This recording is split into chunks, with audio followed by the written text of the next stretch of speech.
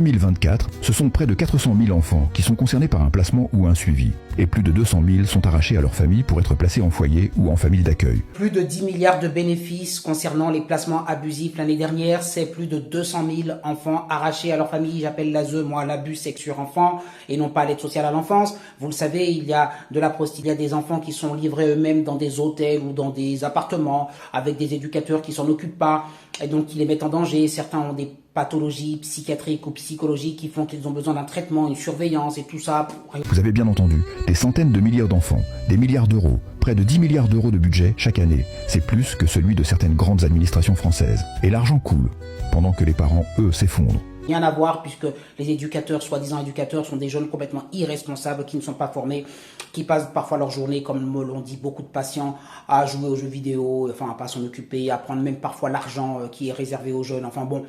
Car dans les faits, trop d'enfants sont placés sans justification solide. Des familles entières sont brisées sur la base de rapports flous, de signalements abusifs. C'est une, je le dis, une institution, je le répète, satanique si on croit à ce genre de choses, mais en tout cas, on est dans le mal absolu. Et derrière ça, le juge des affaires familiales, bon, voilà, motus et douze cousus, toutes ces choses-là, personne ne dénonce, personne ne démantèle. À un moment donné, il va bien falloir qu'on s'attaque à cette institution. Ou d'un simple risque de danger. Un mot magique qui permet tout. Les scandales s'accumulent, des rapports de la Cour des comptes, du Défenseur des droits, des associations, des témoignages. Tous parlent d'un système qui place trop vite, et sans contrôle réel.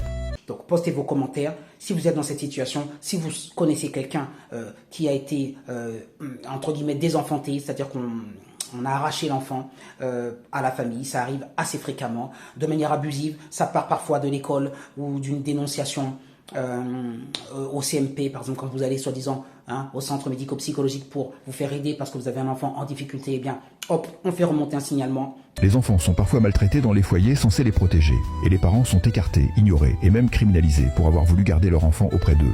Toutes ces institutions, CMP, école et compagnie, qui n'est pas toujours bien fondée et qui n'est pas toujours dans la bienveillance. Voilà, parce que derrière, il faut alimenter le système. Postez vos commentaires. Et pendant ce temps, des millions d'euros alimentent un réseau d'associations, de structures privées, de placements sous-traités. Où est l'intérêt de l'enfant dans tout ça? Ce message est pour vous, les parents en détresse. Ceux qu'on ne montre jamais, ceux qui pleurent seuls, ceux qu'on traite comme des dangers alors qu'ils demandent juste de l'aide. Le système est censé protéger, il détruit. Si vous écoutez ces mots, alors merci de faire entendre nos voix. On compte sur vous. C'était